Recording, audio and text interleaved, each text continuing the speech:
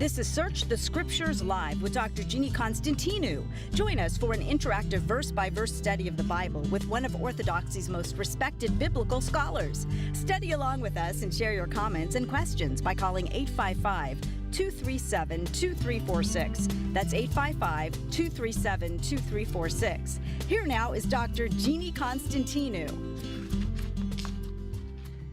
In the name of the Father, and of the Son, and of the Holy Spirit. Amen. Illumine our hearts, O Master who loves mankind, with the pure light of thy divine knowledge, and open the eyes of our minds to understand thy gospel teachings. Implant in us also the fear of thy blessed commandments, that trampling down all carnal desires, we may enter upon a spiritual manner of living, both thinking and doing such things that are well-pleasing to thee. For thou art the illumination of our souls and bodies, O Christ our God, and to thee we ascribe glory, together with thy Father who is from everlasting, and then all holy and good and life-giving Spirit, now and ever, and unto the ages of ages. Amen. Good evening, dear brothers and sisters. I hope that's not a sign of things to come. Stumbling a little bit there on the prayer, at any rate. Well, welcome to Search the Scriptures Live. I'm Dr. Jeannie Constantinou. Today is February 14th, 2022, and we are continuing our study of the forthcoming book. Well, we're not really studying the book. I'm just giving you a little bit of a preview of some of the things you're going to find in there. And the book is entitled The Crucifixion of the King of Glory, the amazing history and sublime mystery of the crucifixion. So tonight we are talking about Judas and the betrayal and quite a few things, and the arrest in the garden. Quite a few things connected with that.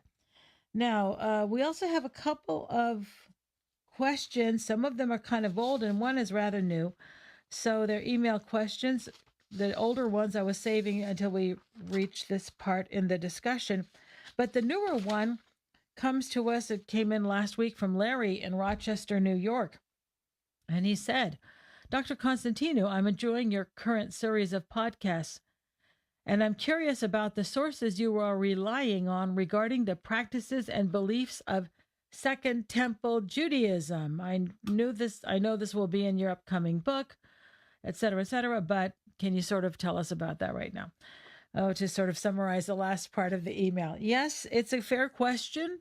It's always a fair question because I'm telling you things you may never have heard of before, and you're kind of wondering where I'm getting it from. So what are my sources of information for first century Judaism? And frankly, everybody's sources of information for first century Judaism. The most, other than the New Testament, which actually is an important historical source of information on first century Judaism, Second Temple Judaism, but it's in the first century, right before the fall of the temple.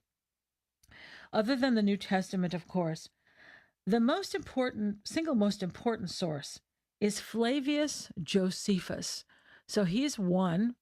He was a historian, a Jewish historian who wrote toward the end of the first century after the destruction of the temple. He's very important. He wrote a couple of books, well, 3 books really that are especially important that I use in my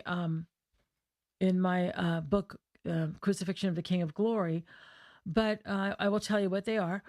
He wrote a book called The Jewish War. And this is because he was fighting in the Jewish War. When the Jews finally rebelled against the Romans, they decided, well, we better make the best of it. And so people who really were reluctant to fight Rome did join in on the fighting. And one of them was a fellow named Josephus. And he was a priest. He was from a priestly family, not a chief priest or anything like this, but he was a priest. And he joins the war. He was a leader in the war. And he got captured by the Romans. Because he knew Greek, they were using him as a translator. So he was a prisoner of war for a while. He came to know the general Vespasian, who later became the Caesar, Emperor Vespasian. And then when Vespasian left Judea to go back to Rome to become the emperor, he left his son Titus in charge. And then after the return to Rome, Titus became Caesar, and Josephus became one of the people that this imperial family patronized. That is, he became a historian for the Flavian dynasty. This group of three emperors, Vespasian, Titus, and then Domitian, who is the subject of, or under whom John wrote Revelation, they are called the Flavian emperors. So Josephus writes the history of the Jewish war, what happened, and he is being supported in his work by the Flavian dynasty. So he wrote the Jewish war, and some people say it's not fair because it's not a fair assessment of what happened because obviously his patron are the Flavians, which there's something to be said for that. But I think overall, it's a pretty balanced treatment of what happened in the Jewish war, how it started, the events that occurred, the destruction of the temple and things like this. I think having read it, it's rather balanced, but it's also very, very disturbing, very sad. One of the most tragic historical accounts you'll ever read. That's Josephus. Now, he wrote in Greek because Greek was the common language. And he's not, for a long time, he was kind of dismissed by Jews. They didn't care for him because they thought he had become a traitor, had gone over to the Romans. But he had been captured. He was a prisoner of war for Rome. And afterwards, he, made the best life he could. And having your life writing your history, being patronized by the emperor, that's not so terrible. So in addition to the Jewish war, which does mention some things having to do with first century Judaism, the corruption of the chief priests, the temple, and things like we mentioned, another one, which is extremely important, is called Antiquities. That's another one of his books, and it's a history of the Jewish people going back to Abraham. But what's most important is his account of what Judaism was like during the first century. This is a living eyewitness. Also someone who knew the temple very well because he was a priest. So he and other Jews decided, they spent a lot of time thinking about what happened in the aftermath of the war and the destruction of the temple and the changes in Judaism. So he's a very, very important person.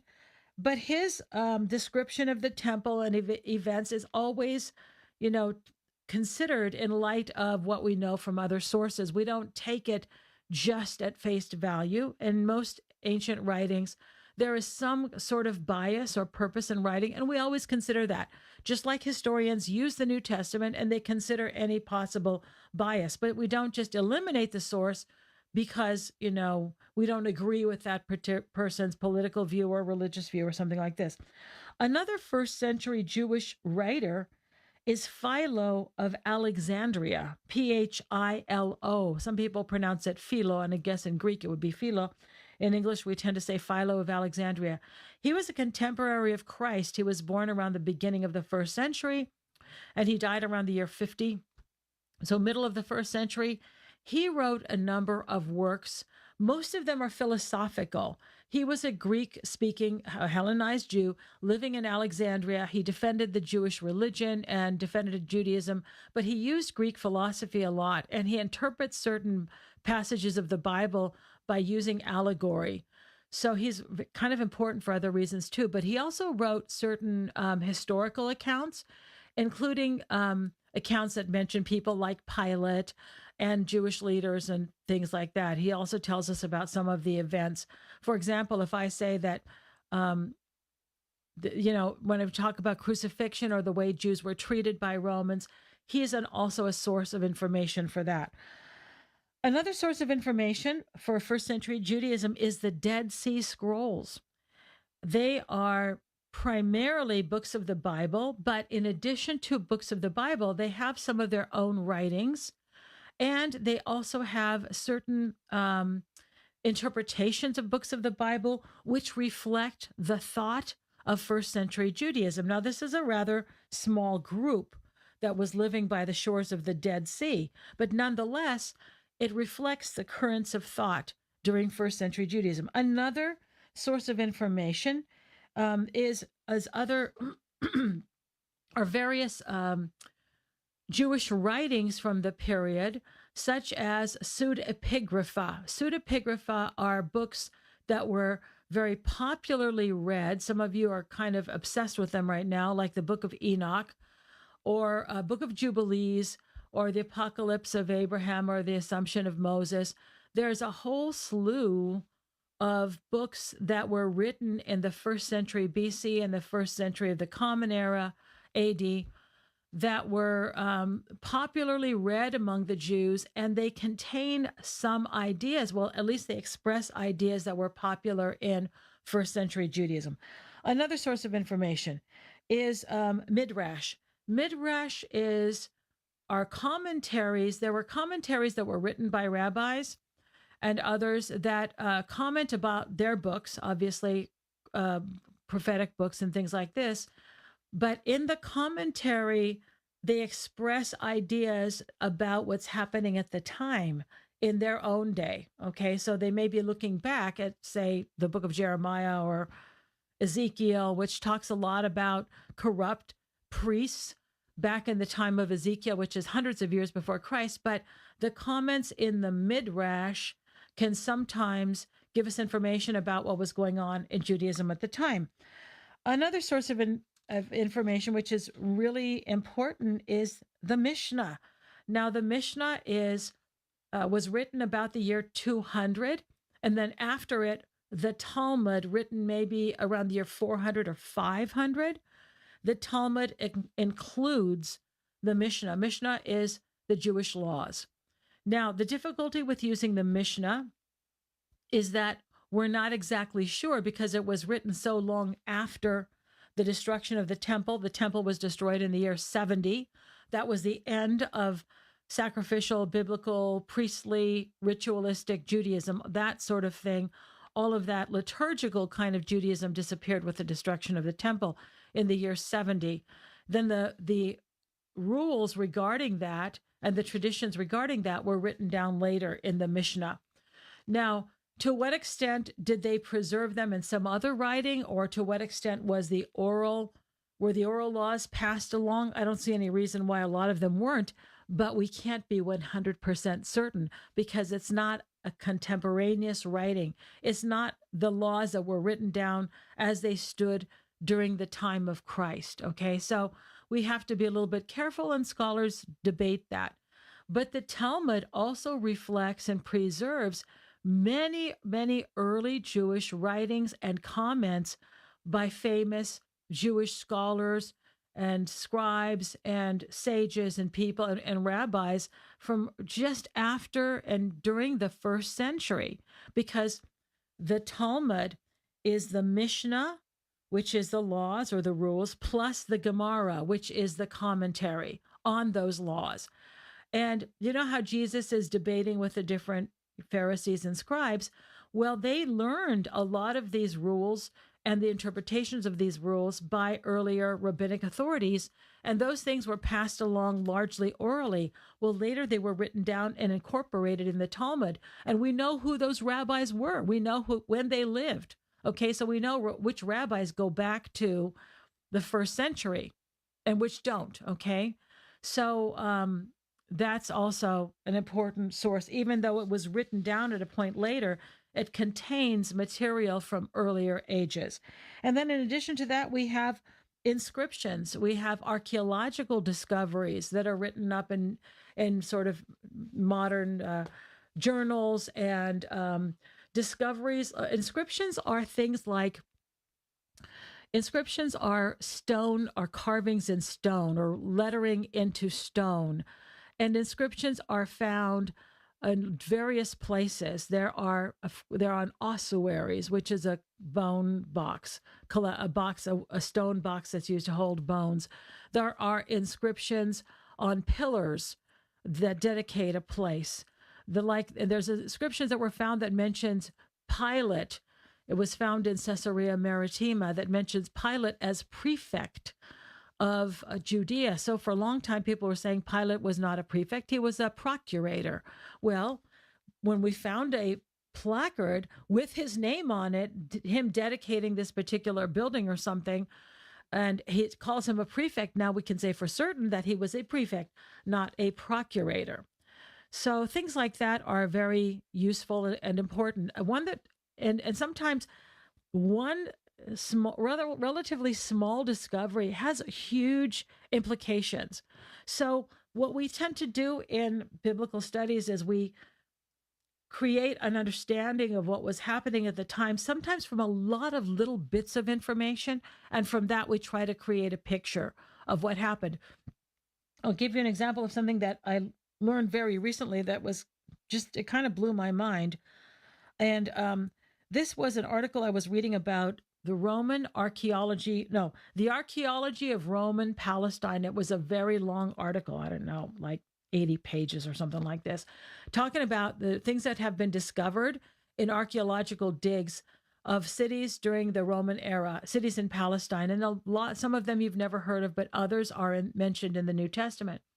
So one of them is Capernaum. So if you go to Capernaum today, you could see the foundations of a synagogue that's built on top of the synagogue that Jesus actually would have attended and Peter would have attended. Because remember when Jesus comes home with Peter after, I want to say after church, but they go to the synagogue and then Peter invites Jesus home and he goes and finds Peter's mother-in-law sick and heals her, sick with a fever, and heals her. Well, they had just been at the synagogue in Capernaum. Now, the foundations of that synagogue aren't standing anymore. What's on top of it is a 2nd century synagogue. Those ruins you can see. But archaeologists dug underneath those ruins and they found the foundation of the synagogue that Christ attended with Peter and anybody else who came to Capernaum. Now, what's really fascinating about that is that they found the placard inscribing or dedicating the synagogue and thanking the donor who paid for its inscription. And the donor's name was Theodore, and the placard was written in Greek. When I read that, that blew my mind, okay? This is a Jewish synagogue, 1st century in Capernaum, and the placard thanking the donor. The donor was not, because his name was Theodore, it's Greek. It doesn't mean he wasn't Jewish. Of course he's Jewish. But the placard dedicating the synagogue is in Greek, not in Aramaic, not in Hebrew, but in Greek, which really surprised me because you would expect it to be in maybe something formal, maybe in Hebrew, maybe in Aramaic, but it's in Greek, which speaks to the level of Greek fluency of the Jews in Galilee in the 1st century. Okay. So that was pretty amazing. Now, I'm not saying that they worshiped in Greek or anything like that. Probably not. But nonetheless, that's a kind of like a public building. And it was the inscription was written in Greek. And I was very surprised. So just reading that tells you something about, it sort of informs our understanding of the level of Hellenization of Palestine during the 1st century. It's not just the Jews living in diaspora. Of course, we know that Galilee was called Galilee of the Gentiles because there were lots of Gentiles there, but it was also very Greek-speaking among the Jews because the Jews were also interacting with the people, the rest of the people who lived in other towns nearby. Anyhow, so that's hopefully that question which came in from Larry. Hopefully that answers your question, Larry. Now, the other question has to do with the will of God. There are 2 questions that were sent in to me earlier about that. And I think it's important that we discuss those tonight because we're going to talk about the arrest of the Lord and his agony in the garden. And, well, at least we're going to talk about the agony in the garden. And then we'll go ahead and answer the question about the will of God because he had to struggle with that night, didn't he? Okay, so let's go ahead and talk about the betrayal and Judas, of course, which is among the more fascinating or intriguing figures of the entire Passion of Christ. Judas, the fact that Jesus was betrayed by Judas, one of the 12, was considered very scandalous in the early church. And it was actually something that was rather an embarrassment to the early church because, and it was a kind of a continuous problem, because time and again, Jews and pagans pointed to Judas's betrayal of Christ as proof that Jesus was not who he claimed to be. So Christians were saying that Jesus is the Son of God and the Messiah, etc. So it always came back to, well, then why did one of the 12, one of his closest disciples, betray him? Why? So this was very well known. Okay, that was rather embarrassing, and it became kind of a problem. Now, how did the fathers of the church answer that, and how do we answer that? The Gospels include these unfavorable details. The Gospels do not present a rosy picture of what happened. They don't paint everyone in a good light. Peter's denial is portrayed. Jesus's fear is described. We're going to talk about that tonight. It doesn't try to sugarcoat what happened. The Gospels are very truthful. That's extremely important because ancient mythologies are not.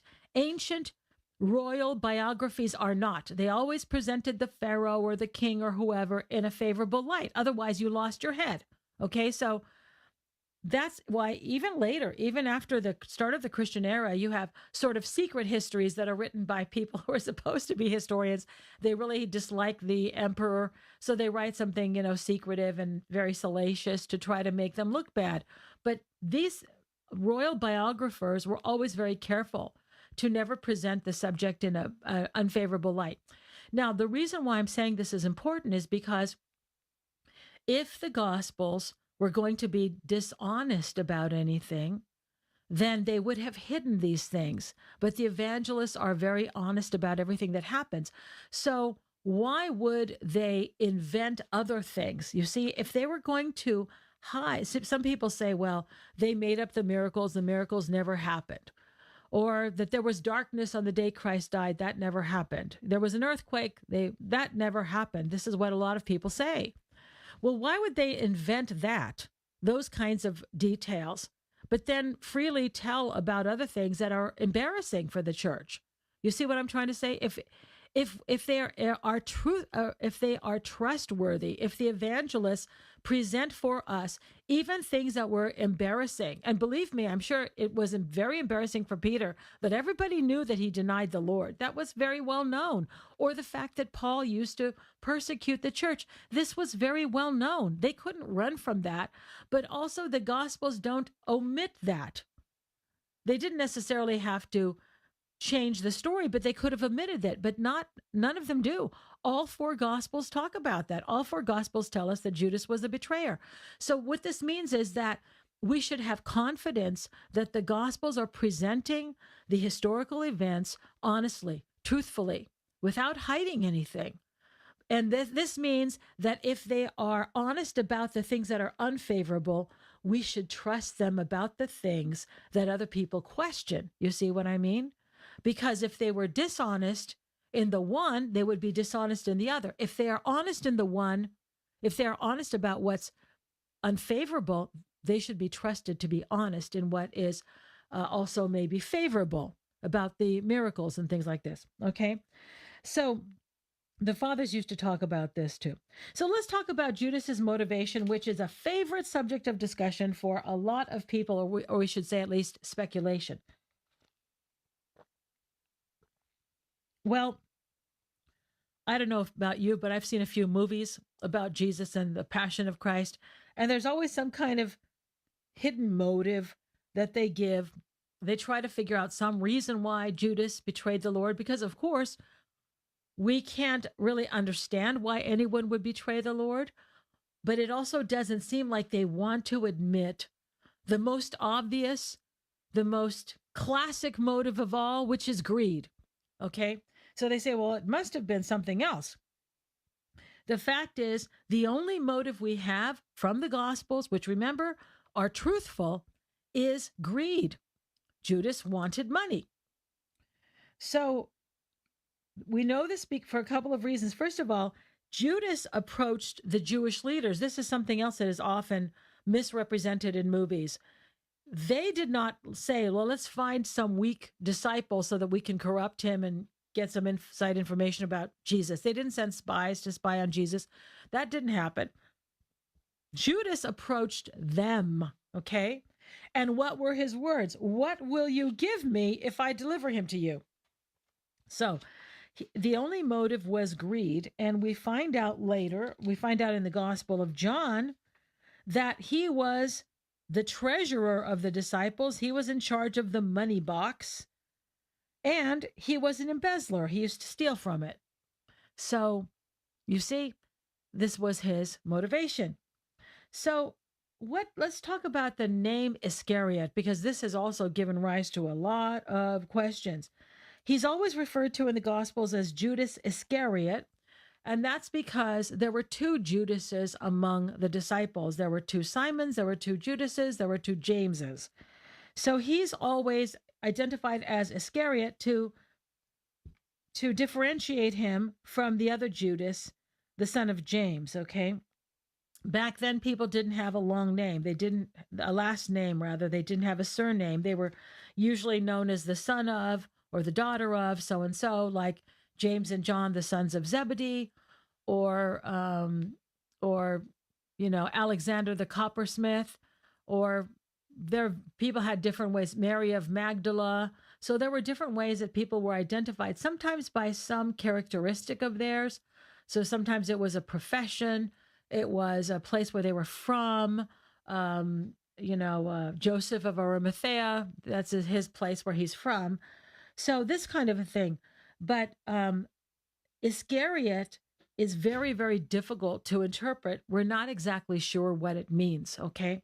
So the reason why we don't know for certain what it means, and there's a lot of speculation, is because it's written in Greek, Iskarioth, but that reflects an Aramaic word.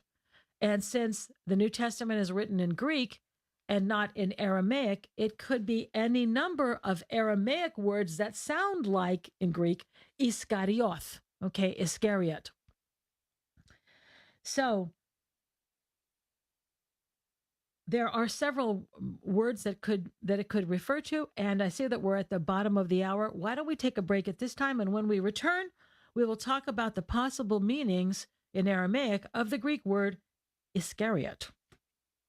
Dr. Constantinou will be back in a moment, but the lines are open for your calls. The number is 855-237-2346. That's 855-AF-RADIO.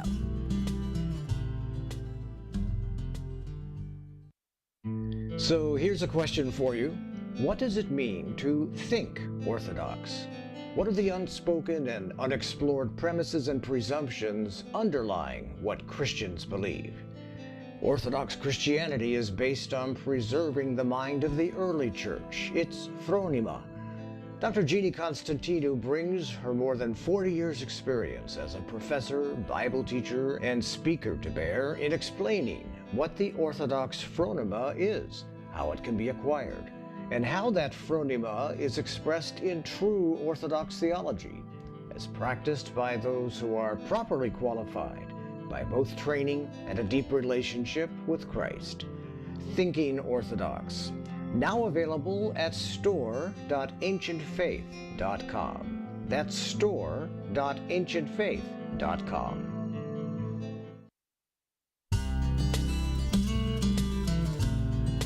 We are back with Search the Scriptures Live with Dr. Jeannie Constantinou. Have a question about the verses we are studying tonight? Give her a call at 855-237-2346. Here once again is Dr. Jeannie.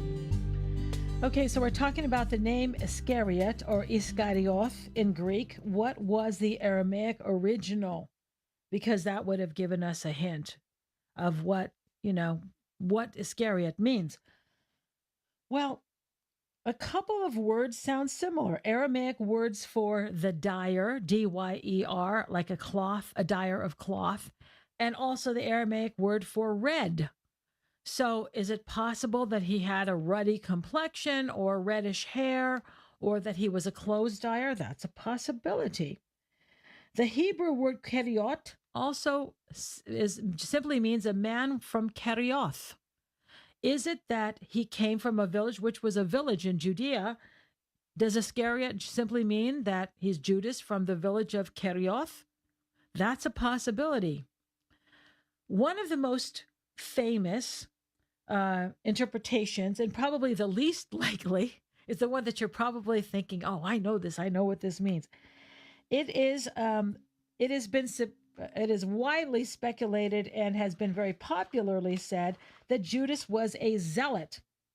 He was a member of a violent revolutionary gang because there were a group of revolutionaries called the Sicarii, which means dagger men.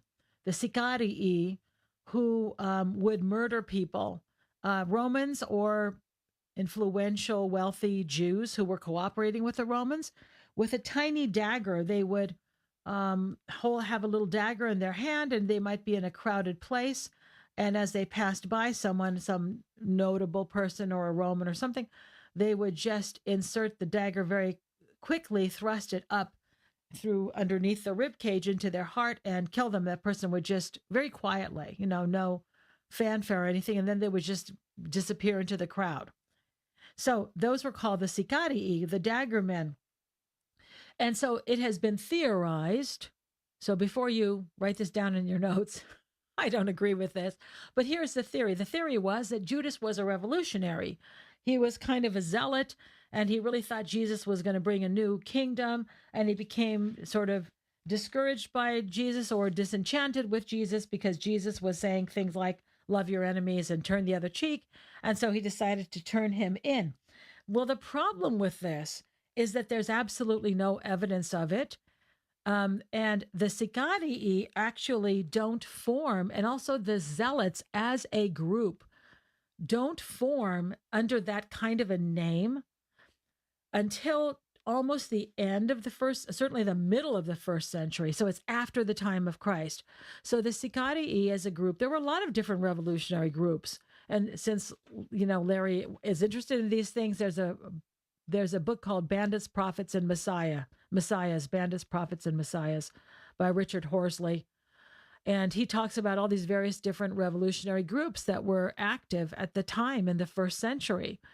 And the Zealots as a group with that under that name, and the Sicarii don't come into existence until around the time of the Jewish revolt, which is around the year 66. Okay. So I don't think he was a Sicarii. Okay.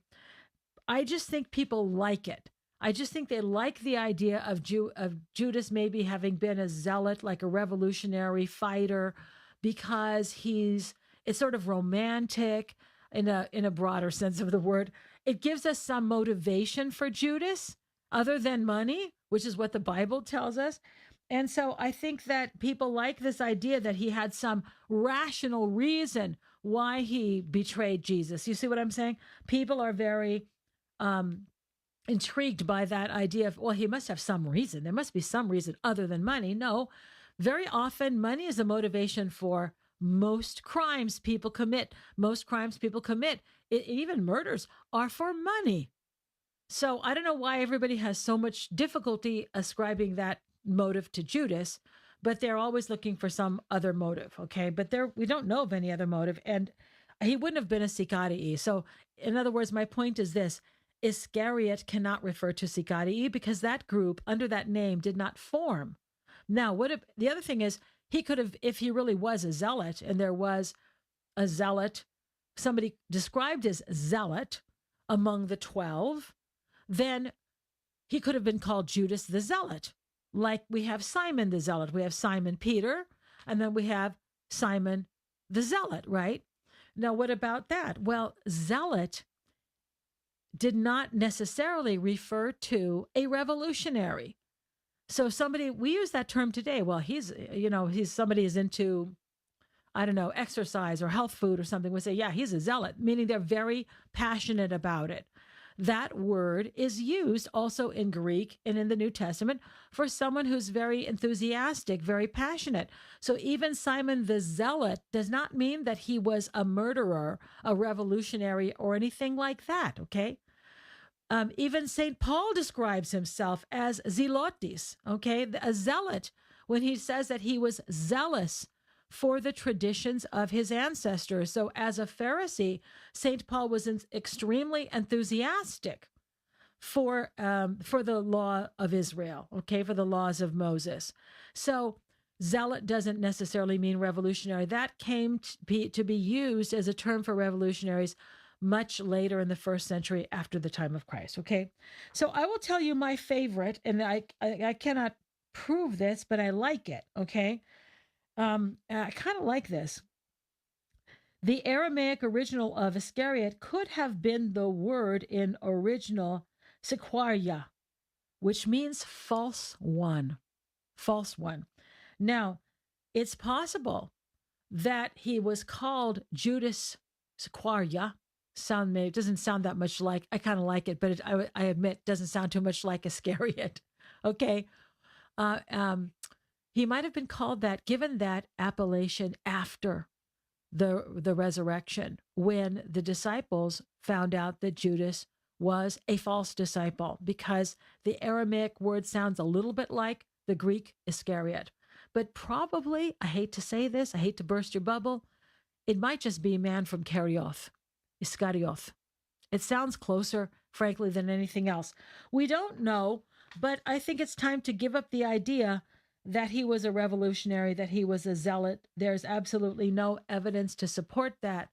And the term sicarii wasn't in use until much later in the first century. Okay, so now that we've put that to bed and I've burst your bubble about all these romantic notions you had about, we figured out the motivation of Judas. No, the motivation was very simple.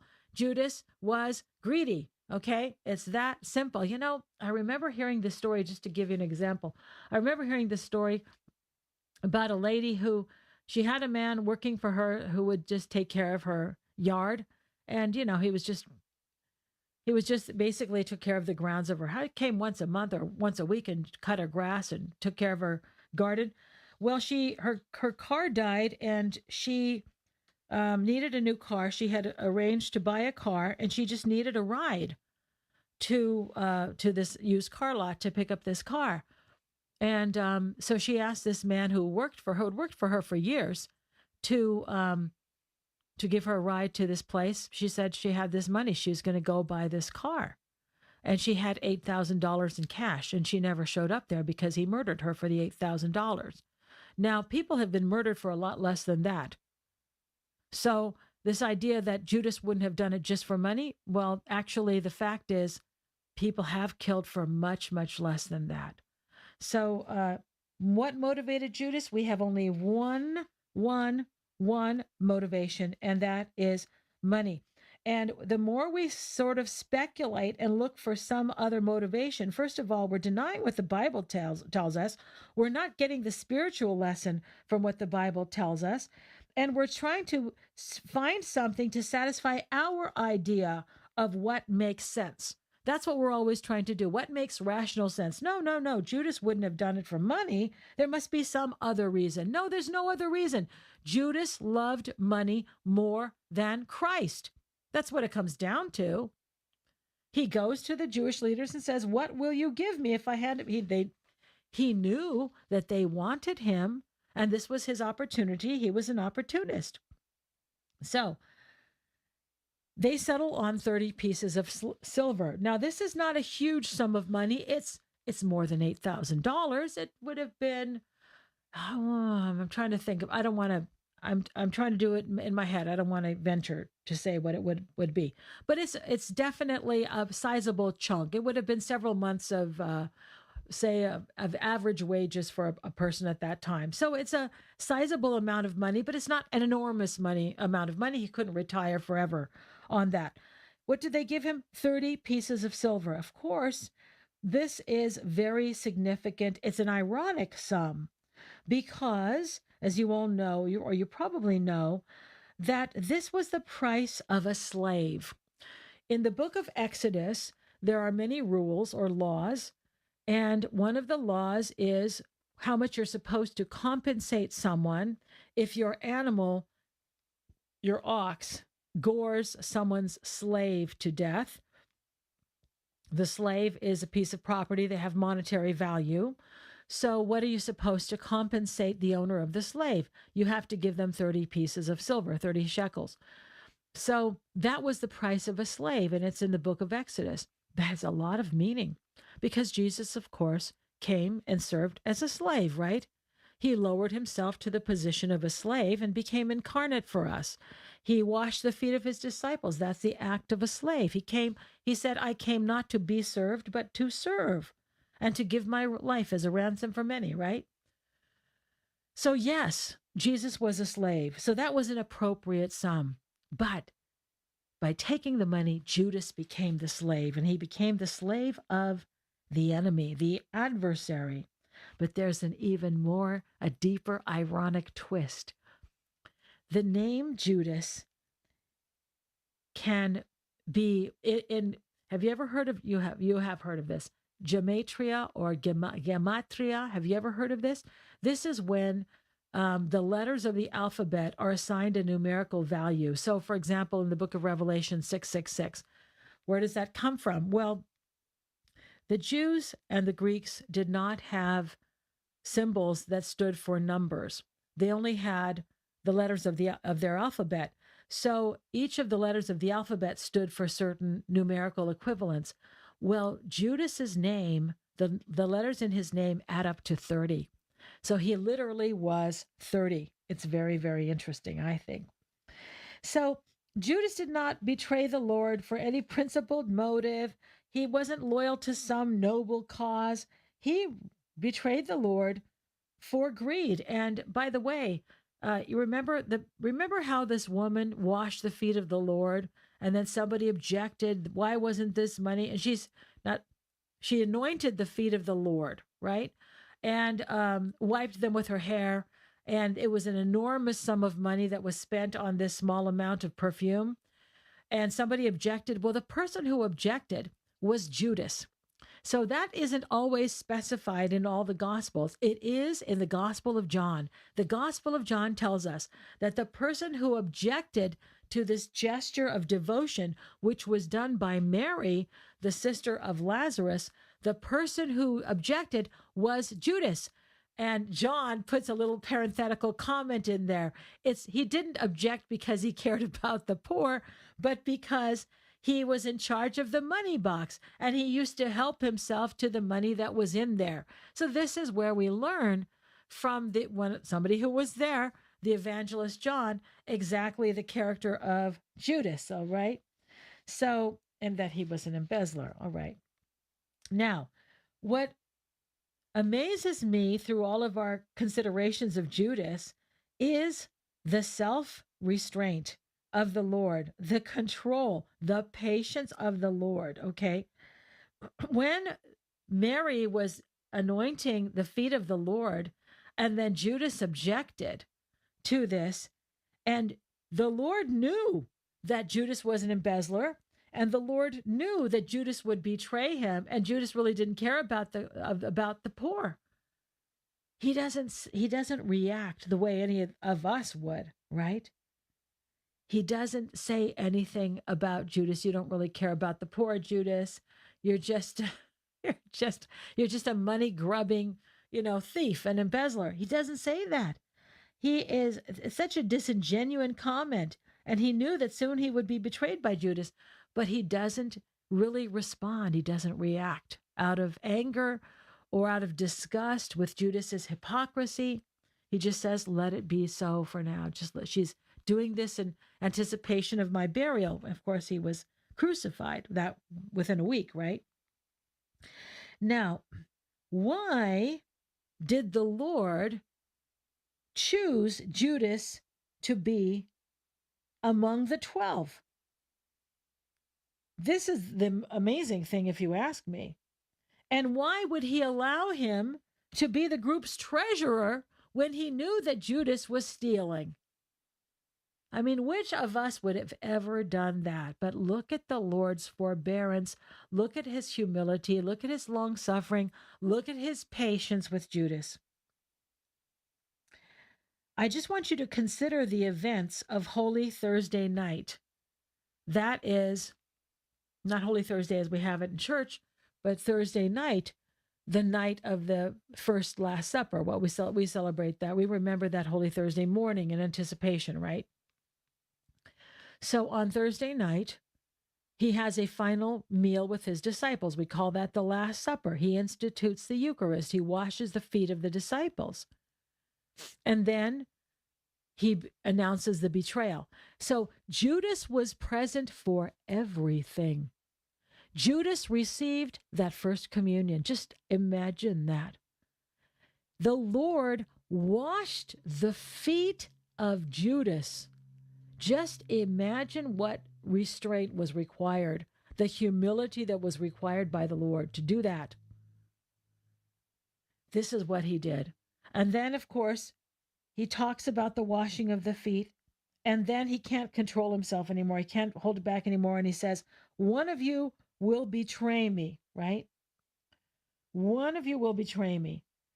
And then they're all shocked. Nobody can imagine that any one of them would do this. And they start asking each other. This just amazes me. They start asking him. They start asking the Lord, is it me? Is it me? Is it me? Just think about that. They knew that the Lord knew them better than they knew themselves. And they say to him, Lord, is it me? Am I the one that's going to betray you? When Judas asks, is it I? Jesus said, you have said so. He doesn't say, yeah, you rotten, dirty, rotten crook. He doesn't say that. He just says, he responds with such a mild response. You have said so. Puts it back in the mouth. And Judas confesses by saying, is it me? Of course it's you. You know it's you. So he says, one of you will betray me. And they can't even imagine that. Because remember that Judas did everything all the others did, and he saw everything that all the others saw. He went out on a missionary journey when the Lord sent the 12 out 2 by 2 to various villages, said to heal people, to preach repentance, preach the kingdom of God, heal people, cast out demons. Judas did that too. Okay? He saw all of the marvels. He heard all of the sermons of the Lord. He saw the Lord walking on water, stilling the storm, casting out demons, healing the blind. He saw all of that, all of that. So why did the Lord choose Judas to be one of the 12? That's a difficult question, don't you think? Well, St. John Chrysostom, thankfully we have the wonderful fathers of the church who explain these things. This makes no sense from a human perspective, does it? This is how we see that these things are divine and that the Lord was not merely a human being, but God. Only God would do this. No human being would do such a thing. I don't care how virtuous, how pious, how noble. So, why did Christ choose Judas? To show that God never abandons us. It is we who depart from him. So the Lord knew from the very beginning, that Judas would betray him from the moment he joined them, but he did not deprive Judas of any opportunity to be saved. That's why. So when Judas asked to become one of his followers, Jesus said yes. So that later Judas could not say, well, I asked to be one of your followers. I didn't see the things that the other 11 saw. I never saw you stilling the storm. I never saw you giving sight to the man born blind. I never saw you raising the daughter of Jairus or Lazarus or anything else. I wasn't allowed to see those things or know those things, so it's not my fault. But it's the opposite. He was accepted among the 12, so he would have every opportunity to consider his decision, every opportunity to repent. every opportunity to exercise his free will, and he has no excuse for his actions because the Lord did not deprive him of anything. That's the fathers of the church, okay? That's what they tell us. In spite of those extraordinary experiences, he betrayed the Lord. So now here's another question that is often asked by people. Didn't Judas have to betray Jesus, right? This is something we sometimes hear. I remember thinking this when I was younger. Well, if he didn't betray him, then the Lord would not have been crucified. Let's answer this. Maybe it was he had to do it because and maybe even it was necessary, right? If not a good thing, because maybe it was even a good thing. This is a terrible thing to say, but some people would say, well, the betrayal was a good thing because then Jesus was arrested and crucified, and so we're saved by the blood of Jesus on the cross. No, it wasn't a good thing, and it wasn't necessary, because so this is theologically incorrect. If it was necessary, then Judas would be necessary for our salvation. And God doesn't need anybody, okay, to help him with our salvation. That's for sure, for one thing. But in addition to this, we have to recognize that the Jewish leaders would have arrested Jesus in another time, another place. They would have found a way to arrest him. It's not that they couldn't arrest Jesus. It's just that Judas made the arrest much easier. They had actually tried to arrest him on a few occasions, even had picked up stones to stone him on a few occasions, but they weren't able to do it because of the crowds, or they were afraid of the crowds that surrounded him. So what Judas accomplished is that he led them to the place where Jesus was spending the night with the 12, okay, with the other 11. We're in the Garden of Gethsemane. That was their little place where they spent the night, and only they knew where that was.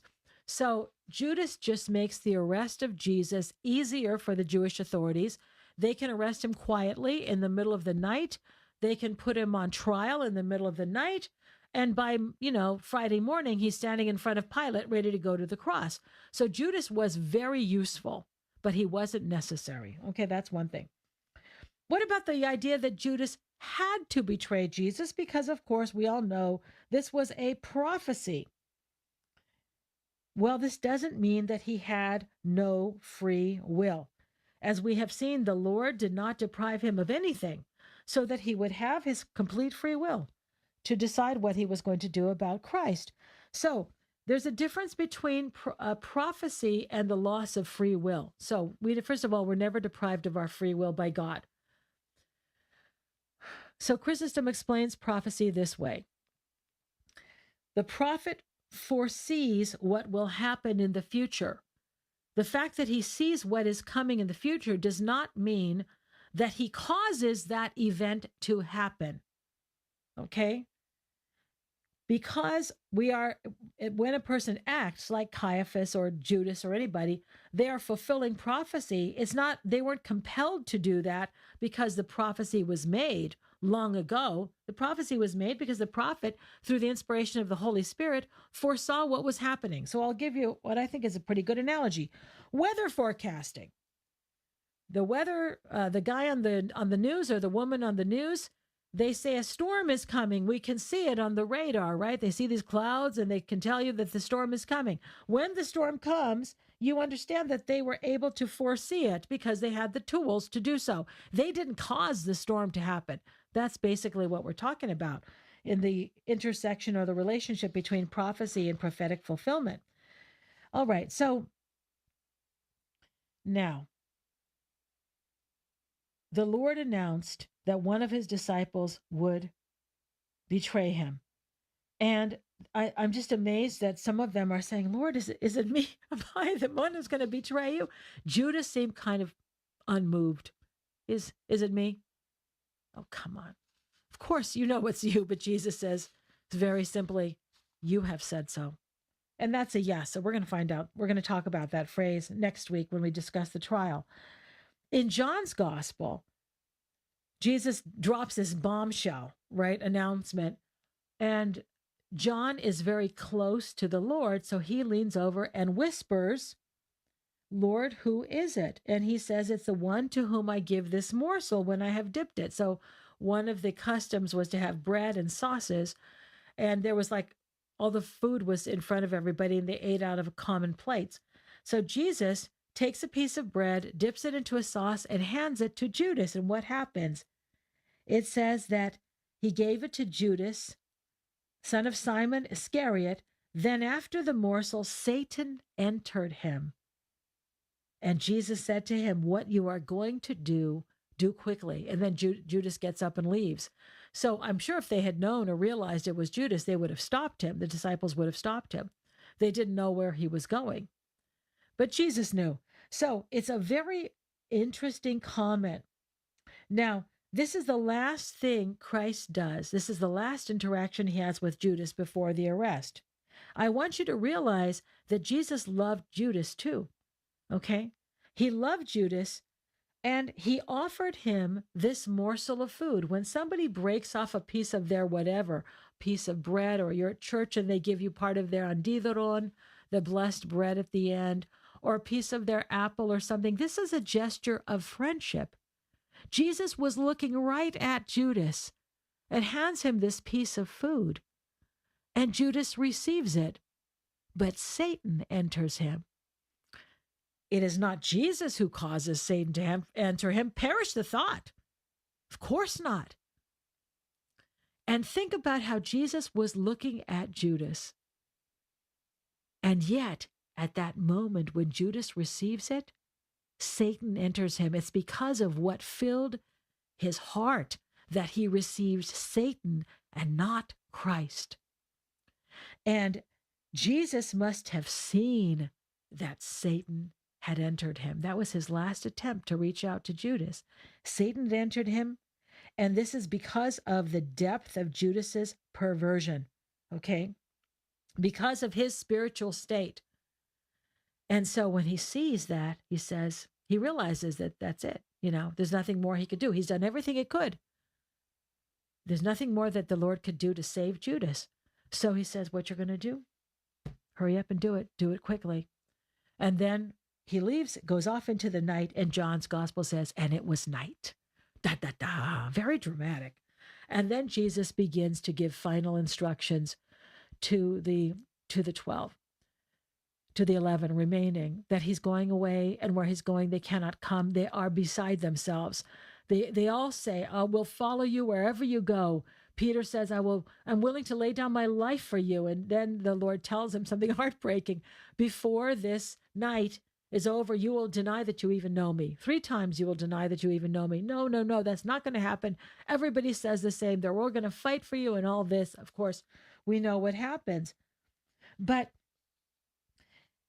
the point is, through this whole discussion about Judas, is that Judas was receptive to Satan's influence. There's a lot that we can think about with respect to this, that Judas loved money more than Christ, and that he had to, he wasn't predestined to betray Jesus.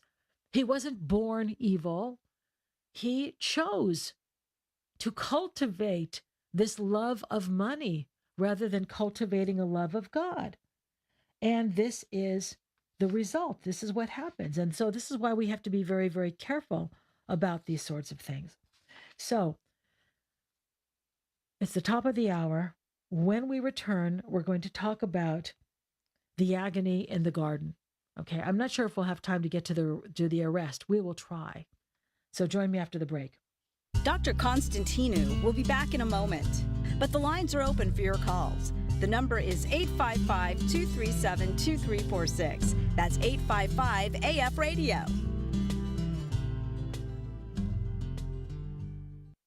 Before there was a West, there was Christendom. This book tells the story of how both came to be. The Age of Paradise is the first of a projected 4-volume history of Christendom, a civilization with a supporting culture that gave rise to what we now call the West. At a time of renewed interest in the future of Western culture, author John Strickland, an Orthodox scholar, professor, and priest, offers a vision rooted in the deep past of the first millennium. At the heart of his story is the early church's culture of paradise, an experience in the world in which the kingdom of heaven was tangible and familiar. Drawing not only on worship and theology, but statecraft and the arts, the author reveals the remarkably affirmative character Western culture once had under the influence of Christianity, in particular, Eastern Christendom, which served the West not only as a cradle, but as a tutor and guardian as well. Christendom will be defined as a civilization with a supporting culture that, under the influence of traditional Christianity, orients its members toward the kingdom of heaven. To find this book and others like it, you can go to store.ancientfaith.com. Again, that is store.ancientfaith.com. We're back with Search the Scriptures Live with Dr. Jeannie Constantinou. Have a question about the verses we are studying tonight? Give her a call at 855-237-2346. Here once again is Dr. Jeannie. All right, so we have reached the agony of the garden after the Lord finished giving his final instructions to the 11. They walked down a steep, they left the city of Jerusalem, went outside, down through there are a number of steps down a very, very steep, into a deep valley called the Kidron Valley, and up the other side to the Mount of Olives. Now, if you go today to the Mount of Olives, there's a lot of things on the Mount of Olives, definitely worth seeing, but there is a church there called the Church of All Nations, and there's a very old olive grove there that people like to walk around and sort of, they imagine that Jesus was here and that was the Garden of Gethsemane, but it wasn't. That's not the place of Christ's arrest. Believe it or not, the place where Christ and the apostles were staying, the knowledge of that location was preserved in the early church. I just learned about this recently. I didn't even know this place existed. There's a little chapel in a cave. So they were staying in a cave where there was a working olive press. They pressed the olives to make olive oil. Okay, that's why it was called Gethsemane, which means oil press. And ever since that time, even there are some early Christian writers who mention this dark place where they went, where the Lord and the disciples were staying. And when John says Jesus came out and met the arresting party, he's coming out from some place, and it's from this cave. So if you ever have the chance, I did not even know that this place existed, and it's under the control of the Franciscan monks. So I read about that recently, that this place was also mentioned in some early, not extremely early, but like 5th or 6th century diaries of pilgrims who visited the Holy Land, and that knowledge of this, that this was the place, was preserved by the Church of Jerusalem. So I didn't know about it, but now you do. So if you do go there, you should try to find it. I know I will.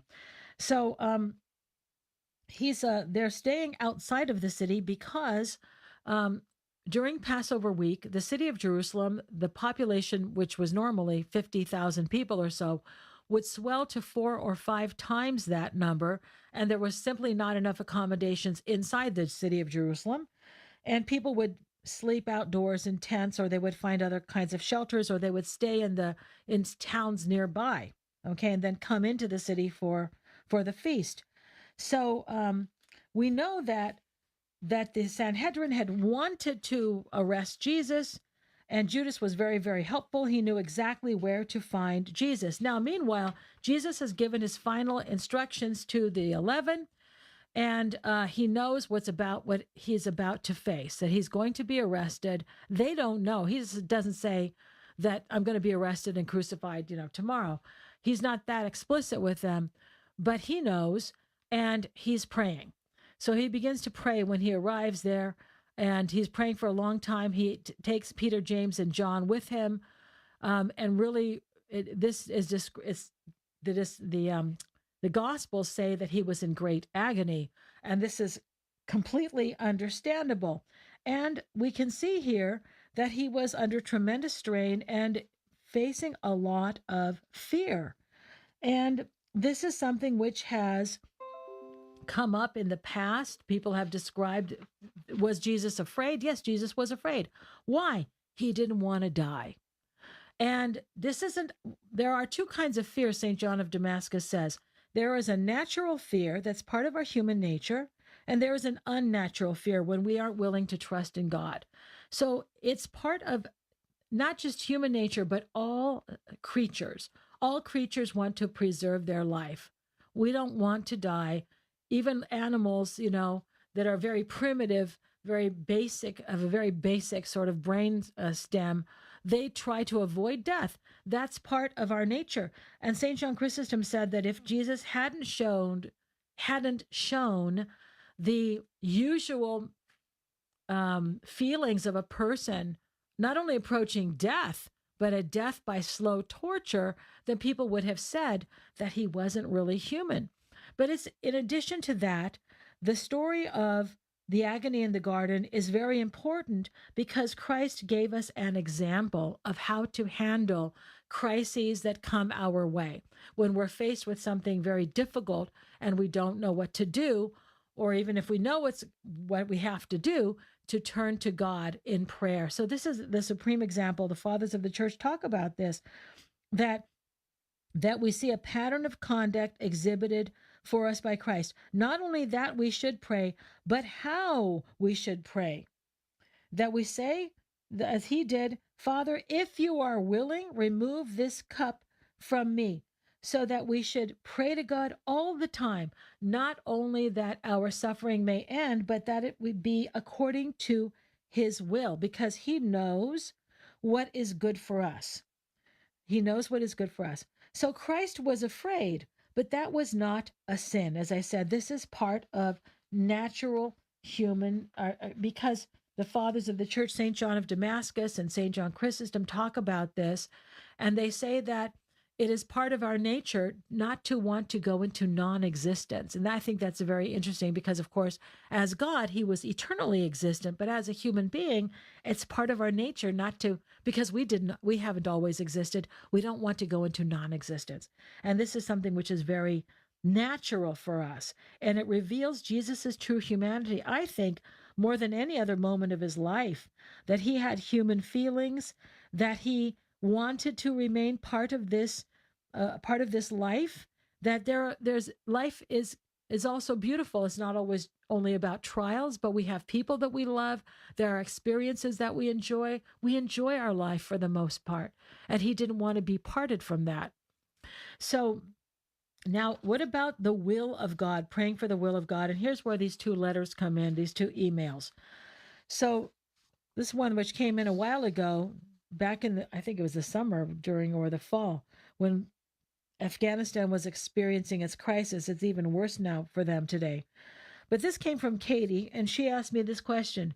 We pray your will be done, and we know that God gave us free will. So my question is, when something horrific happens, for example, the horror we are seeing in Afghanistan at the moment, this suffering is caused by the free will of people making the decision to cause harm to another person or peoples. From my understanding, God allows this. But does this mean it is his will? What is the difference between our free will and God's will? God's will must be for peace. And she goes on to say she's been praying for the people of Afghanistan. I hope all of us have, because they're still suffering a lot. So similarly, a couple weeks ago, we received a similar question from Maria in Sydney, Australia. And she said, I thought I heard you say once on one of your programs that if someone gets sick and dies, we should never say it was God's will or plan.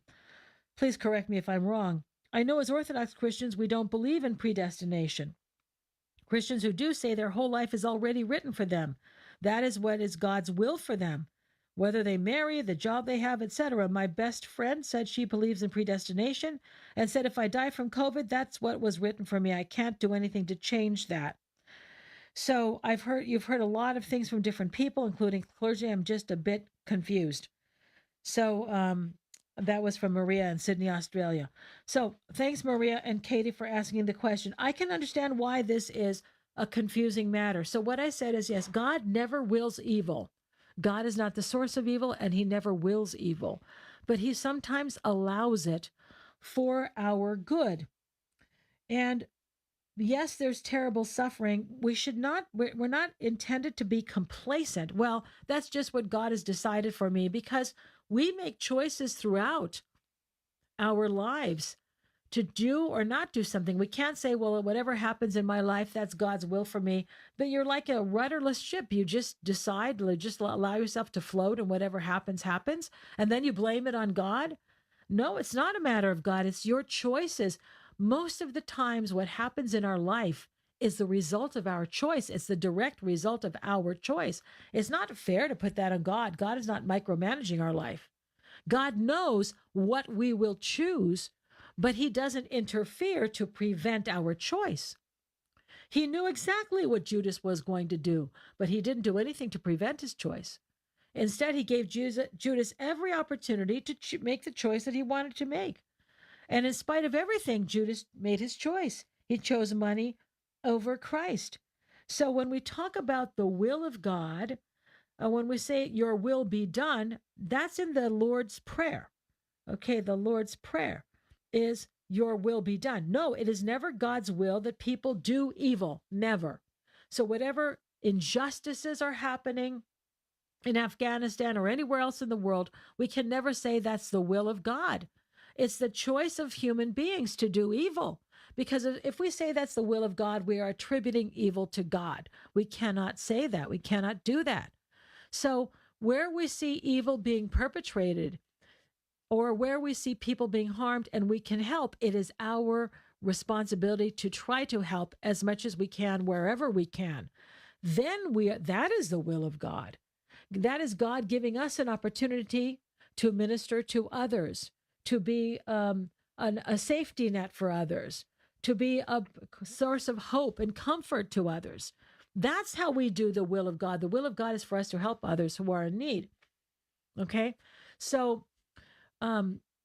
when we pray in the Lord's Prayer, your will be done on earth as it is in heaven, that is that a prayer that we do the will of God. That is that we conform ourselves to his will. That means not to sin. Because God's will is always done in heaven, right? The angels are always obedient to the will of God. It is we who are not obedient to the will of God. So when we pray that, we're actually praying that we not sin and that we always do good and that we are obedient to the desires of God. And that is always to do good and to avoid sin. So we are supposed to conform ourselves, conform our minds to his mind, to do what he would have done. So when we say thy will be done, that's what we mean. Now, in the Lord's Prayer, when we are praying in imitation of Christ, when we are faced with a crisis and we ask for God's will to be done, we ask God to extricate us from this situation. There's nothing wrong with that, because sometimes he does. And we ask other people to pray for us when we're sick or there are other difficulties that we're facing. Sometimes he does, but we're supposed to accept it if he chooses not to intervene. We're called to endure. We're called to accept that, because sometimes he knows that by allowing us to go through this experience, we're going to become stronger because of it. We're going to become better. So we gain spiritual insights, because unfortunately, we don't always benefit from the good things that happen to us.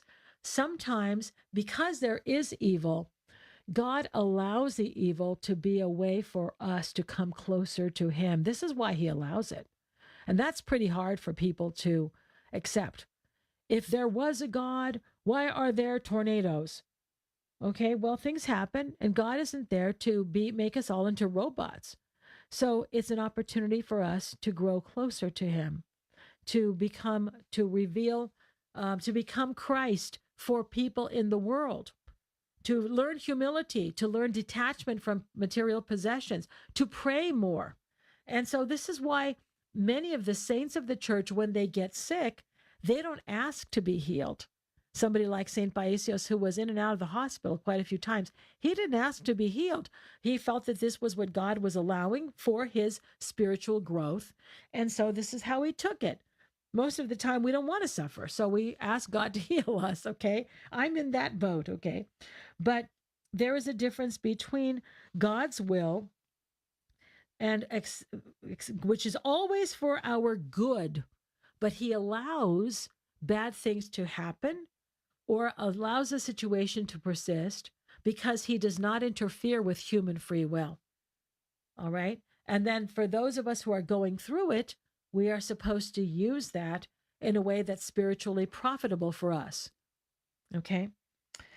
So that's the answer. Now, Jesus was in agony in the garden. So to me, this is one of the most amazing things to imagine that during his lifetime, we don't exactly know how he grew as a human in his understanding. The Bible does tell us that he had to grow. Of course, we knew that he grew physically.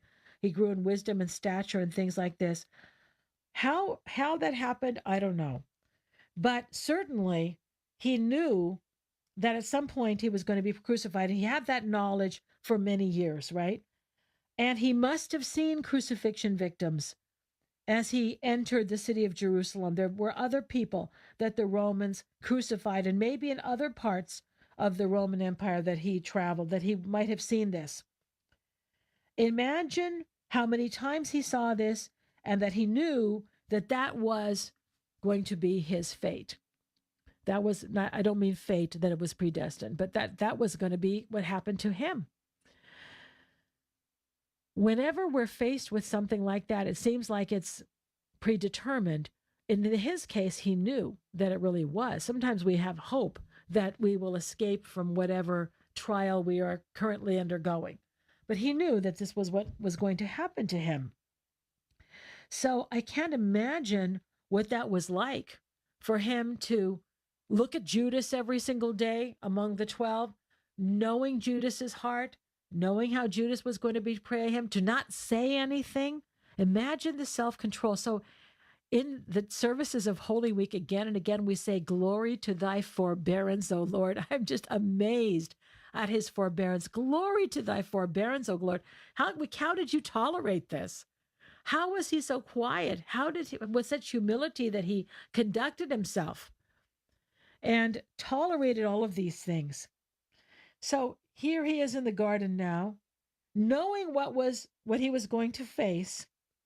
And this part of his life has traditionally been called the agony in the garden. And I'm amazed not only at his forbearance, at his patience with Judas, but how he was able to stay in the garden for so many hours, waiting for them to come and arrest him. That the courage that was required, the determination, the obedience to the will of God. And remember, he didn't suffer any less because he was God. He suffered just as much as any human would because he was fully human. And he was awaiting his arrest without any comfort from anyone because his closest friends were sleeping, right? Peter, James, and John. They wanted to stay awake, but they didn't. And he was in agony, the scriptures tell us. It's just an amazing description. The evangelist Luke gives us a very interesting detail. This is in Luke 22, verses 43 to 44. And there appeared to him an angel from heaven, strengthening him.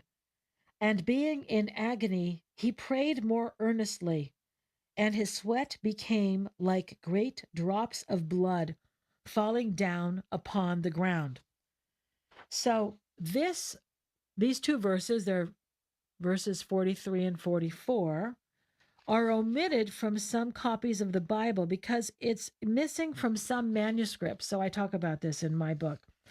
But this is original to the Gospel of Luke. There's some question about whether or not Luke really wrote this because it describes the bloody sweat of Jesus. And I want to tell you about that, okay? So among the things that I talk about in the book are not only these cultural things, like we talk about the temple, the descriptions of the temple and the priesthood, the Jewish priesthood, and things like this, but also legal issues, Roman law, Jewish law, but also medical ones. So I want to talk to you about the bloody sweat, which we don't hear about a lot because only Luke mentions it. But this is a documented medical condition. It's a very rare condition, but it happens to people under extreme stress. And it's called hematohydrosis, hematohydrosis. So hema, or hema, they say in English, is blood, is the Greek word for blood. Okay? And hydrosis is the word for sweat. So it's the word for bloody sweat. And this is a documented medical condition that happens to people under extreme stress. So to me, that little detail reveals the depth of Christ's emotions as he struggled with the fact that he was going to have to endure this thing. And as I said, other people, if he was a mere human, maybe thinking that he might get arrested, he could flee, or even if he was arrested, he might think that there's some hope. Maybe he could talk his way out of being crucified. Maybe somebody would rescue him. We always have a hope that we're going to get out of whatever predicament we're in. He knew that he was not going to escape this. He was going to have to go to the cross. So I want to tell you about how it happens that he sweat blood.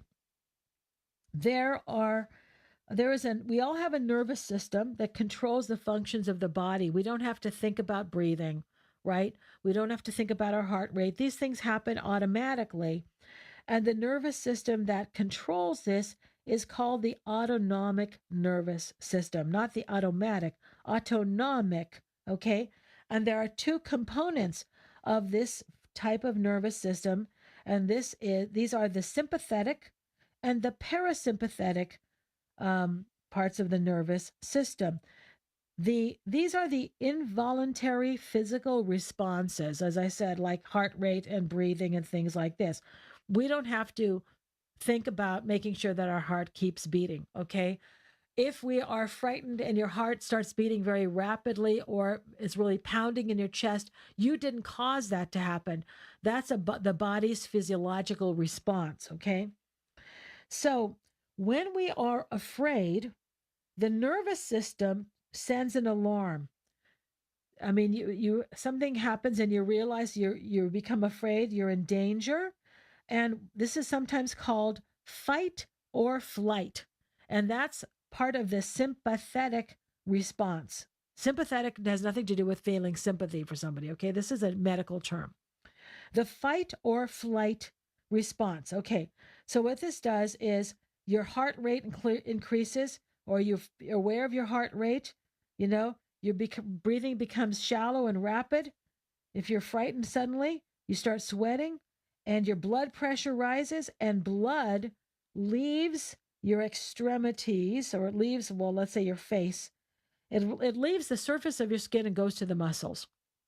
This is why people who are suddenly frightened look pale, because when they receive this news, whatever it is, or when they realize that they're faced with some danger, they look white, because the blood leaves their face, okay, and from the skin and goes to the muscles, because they might have to fight or flee. This is the fight or flight response. The blood goes to the muscles to get ready to fight, to save yourself, or flee from danger. All right. So this is an automatic thing. After the threat is over, oh, I thought it was a ghost. Oh, no, everything's okay now.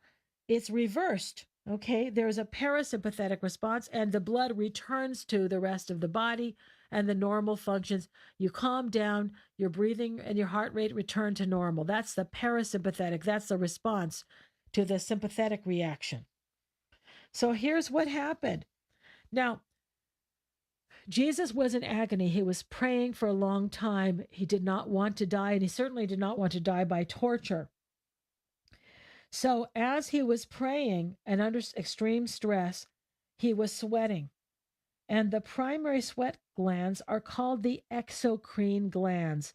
There are about 2 million sweat glands on the body, and you see them on the surface of your skin.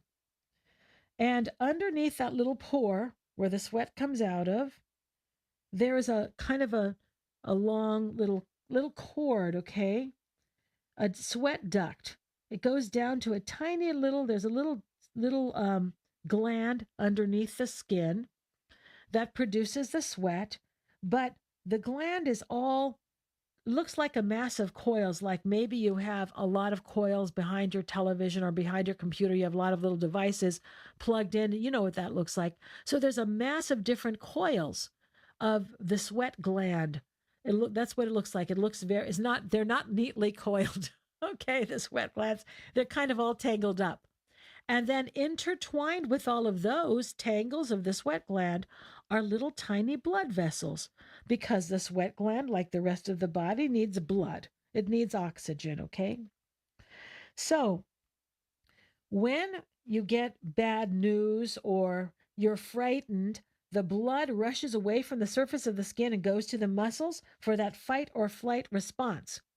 So Jesus was in this state of mind for a very long time. He's praying in agony to the Father. Father, if it's possible, take this cup from me. Father, please, if it's possible. So he's in intense prayer, not praying because he needed the help of God, right? Because he is God, but because he wants to do the will of the Father. But he's hoping maybe the answer will be there's some other way. So he's praying intensely, and he's sweating, but his face is white and he's kind of clammy, and he's under this intense response in which there's this fight or flight. Okay, he's under the sympathetic response. Then finally, he accepts. Okay, he accepts the will of God, and then suddenly this blood rushes back to the level of the skin, and the large amount of blood which comes rushing back to the skin breaks those little capillaries and the blood supply that's in coiled around the sweat glands, and the sweat comes out bloody. Okay, so this is called hematohydrosis. Sometimes it's called hematohydrosis. It's known by like 4 different names in the medical literature, but it's pretty much the same. Hematohydrosis, I don't know. There's different names. I think I put them all in the footnotes of my book, but you get it, okay? So the opposite reaction occurred once he relaxed and accepted the will of the Father. The blood rushed back to the skin, and this is why great drops of blood came out of those glands, okay? So Jesus was a human being just like us. He was physically and emotionally drained, but the night was just beginning. He was going to be arrested, and he was going to have to face Judas, who has come with the arresting party. We're pretty much at the end of our time period for this podcast. I was going to talk about Judas's kiss, but I won't. Where did he kiss Jesus? And how did he kiss Jesus? And what does Chrysostom have to say about that? You know what? I'm not going to tell you. You have to get the book because we're out of time. And next week, I can't go back and talk about the arrest because next week we have the Jewish trial, which will take every bit of the hour and a half. Okay. So unfortunately, we ran out of time, but I hope you got something out of the lesson tonight. And I'll look forward to our meeting next week. And now let us close with our prayer. Lord, now let your servants depart in peace according to your word, for our eyes have seen your salvation, which you have prepared before the face of all peoples, a light to enlighten the Gentiles and the glory of your people, Israel. Amen. Good night.